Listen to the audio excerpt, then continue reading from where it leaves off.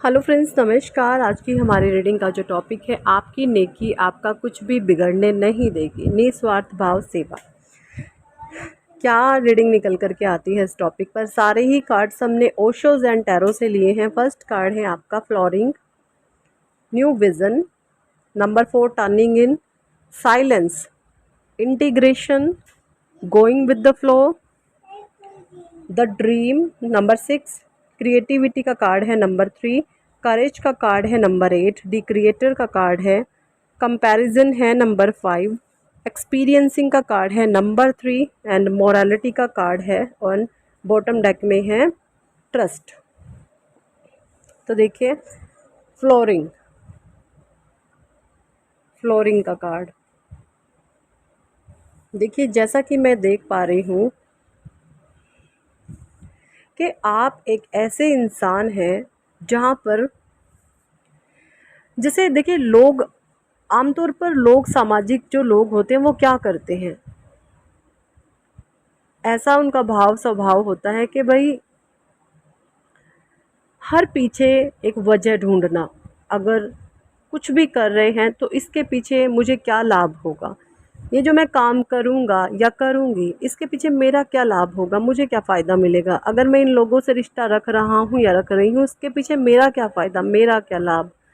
मतलब कहीं ना कहीं हर चीज़ में एक लालच लालच है ना, लालच। अब ये जो लालच है ना, ये हमारे एक विषय विकार का एक पार्ट है, एक इंद्रियों से आसक्त एक वृत्ति है। जो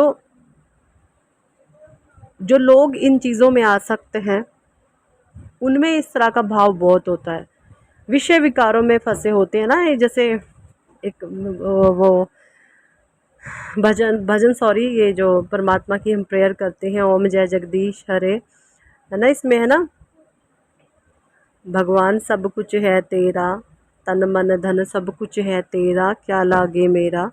लेकिन वाकई में सब कुछ भगवान से हम यही कहते हैं, कहते तो हैं तन मन धन सब कुछ है तेरा, क्या लागे मेरा, बट सोच उल्टा रहे होते हैं। कहते हैं सब कुछ लागे तो मेरा रहा है, तेरा आखिर क्या है ही क्या।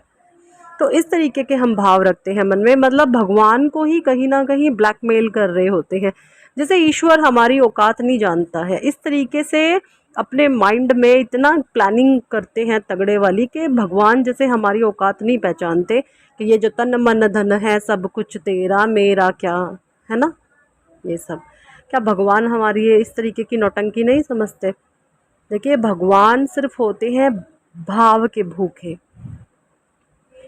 अगर आप भगवान को धूप दीप ना भी दिखाए ना, और मन के आपके भाव पवित्र हों, हैं, मन के भाव पवित्र हों, मन में छल नहीं है, कपट नहीं है, बैर नहीं है, विरोध नहीं है, ईर्ष्या नहीं है, चुगली नहीं है, निंदा नहीं है, तो भी ईश्वर आपकी पूजा को स्वीकार करते हैं।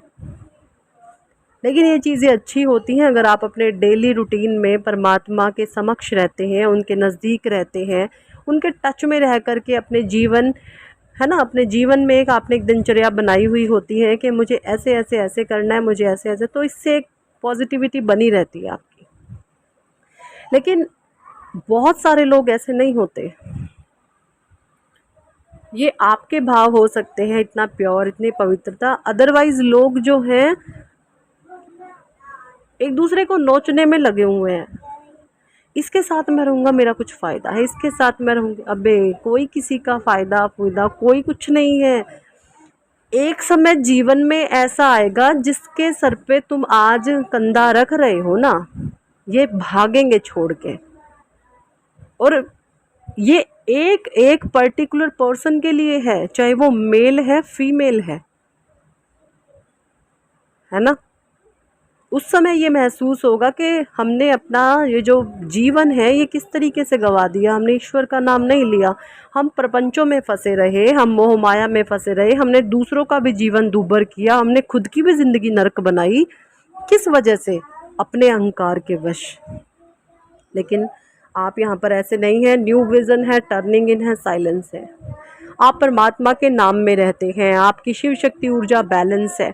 जब शिव शक्ति बैलेंस हो जाती है तो ये इंसान स्वयं परमात्मा स्वरूप हो जाता है। आप किसी को भी देख करके गंदा भाव पैदा नहीं करते हैं, आपके मन में कोई बैर विरोध नहीं है, आपके मन में कोई षड्यंत्र नहीं है, आपके मन में किसी भी प्रकार की प्लानिंग्स नहीं है, आप गोइंग विद द फ्लो हैं, है ना। आप गोइंग विद द फ्लो हैं। परमात्मा से जो आप पहले इच्छाएं भी रखते थे ना, अब वो इच्छा भी आप नहीं मांगते, आप कुछ भी ईश्वर से नहीं मांगते होंगे।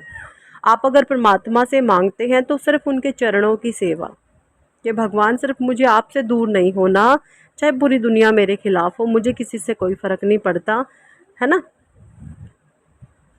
ये चीज़ है, क्रिएटिविटी का कार्ड है। और जब आप ऐसे हो जाते हैं ना तो यकीन माने स्वयं परमात्मा आपका साथ दे रहे होते हैं। करेज का कार्ड है, दी मास्टर का कार्ड है, दी क्रिएटर का कार्ड है। आप अपने आप में ही एक ऐसी बेहतरीन आत्मा बनते चले जाते हैं। आप एक दिव्य स्वरूप, अपने दिव्य स्वरूप से आप साक्षात्कार हो जाते हैं। आपका ऑरा इतना पॉजिटिव हो जाता है कि जो सकारात्मक लोग हैं वो कोसों दूर से आपको पहचान लेंगे कि ये इंसान आ रहा है। ऑरा में इतनी पॉजिटिविटी हो जाती है। और वहीं अगर कोई नेगेटिव पर्सनैलिटी कहीं पर भी जाती है तो उसके भी एक नेगेटिव ऑरा से कई कोसों दूर तक पता चल जाता है कि इस नकारात्मक इंसान की यहाँ पर एंट्री हो चुकी है।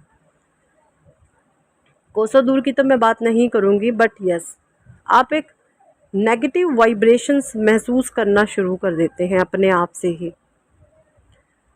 आप अपने घर में भी ये महसूस करना शुरू कर देते हैं कि कोई गलत इंसान घर में आया है या कोई अच्छा इंसान घर में आया है। उसकी पॉजिटिविटी से, उसके ऑरा से महसूस करना आप शुरू कर देते हैं। इतनी पावरफुल ब्लेसिंग्स आपको ईश्वर बख्शते हैं। और ये एक दिव्य ज्ञान है, ये कोई किताबी ज्ञान नहीं है। इस ज्ञान को स्वयं परमात्मा बख्शते हैं अपने बच्चों को जो ईश्वर के आश्रित होते हैं, है ना। कंपैरिजन का कार्ड है। कुछ लोग बहुत कंपेयर करते हैं आपकी खुद के साथ, तुलना करते हैं। अरे भाई, आप बहुत अच्छे हैं, आप बहुत नेक हैं, अपने जीवन में आगे बढ़ो। कुछ नहीं रखा इन कामों में, अपने जीवन में आगे बढ़ो, कुछ करो। हम भगवान के भक्त हैं, हम सिर्फ ज़ीरो हैं, हम कुछ भी नहीं हैं। आप लोग खुद ही कंपटीशन में आकर के किसी को कंपटीशन में खींच लेते हो। हम ज़ीरो हैं, हम दो कौड़ी के हैं, हम शून्य हैं, हम कुछ भी नहीं हैं। हमसे ईर्ष्या मत करो। इस तरीके के भाव आप उन लोगों को कह सकते हैं जो आपसे ईर्ष्या करते हैं, जो आपसे बिना फिजूल का बैर करते हैं, विरोध करते हैं, कि हम सिर्फ भगवान के भक्त हैं, हमें और किसी से कोई दुश्मनी नहीं है किसी भी प्रकार की। ये लोग आपको घमंडी कह सकते हैं, अहंकारी कह सकते हैं। आप इनको एक बार बोल दो कि मैं ज़ीरो हूँ, मैं 2 कौड़ी का हूँ या हूँ, आप मुझे कुछ भी ना समझे, मेरी 2 कौड़ी की औकात है, मैं कुछ भी नहीं हूँ, मैं सिर्फ अपने परमात्मा का भक्त हूँ और मेरे भीतर एक गजब की शक्ति और साहस है, बस सिर्फ इतना। और मेरी कोई भी औकात नहीं है, मैं शून्य हूँ। क्योंकि जब आप इस तरीके से बोल दे तो शायद इनके घमंड को थोड़ा सा सेटिस्फेक्शन मिल जाए, इनका ईगो थोड़ा सा सेटिस्फाई हो जाए और ये एक सही रास्ता पकड़ ले, एक सही राह पकड़ ले,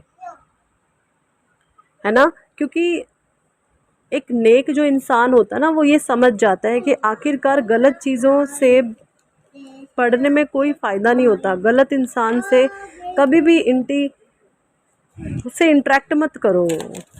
वो जो चाहता है उस तरीके से कर दो, लेकिन अपनी सेल्फ में, अपने रिस्पेक्ट में, है ना। और आप जो हैं एक निस्वार्थ भाव से जो कुछ भी करते हैं, किसी के लिए भी करते हैं ना, यकीन माने आप दिखावे में यकीन नहीं करते हैं।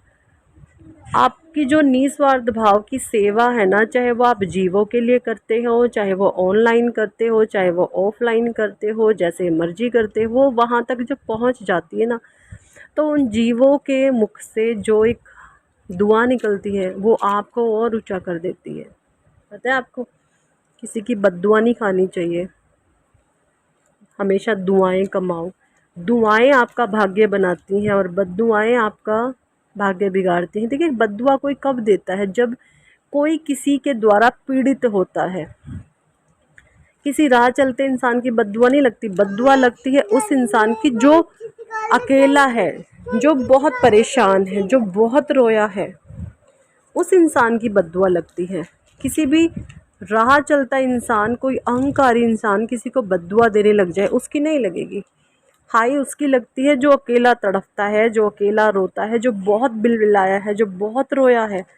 ऐसे इंसान की अगर आप बद्दुआ खाओगे तो वाकई में लगेगी।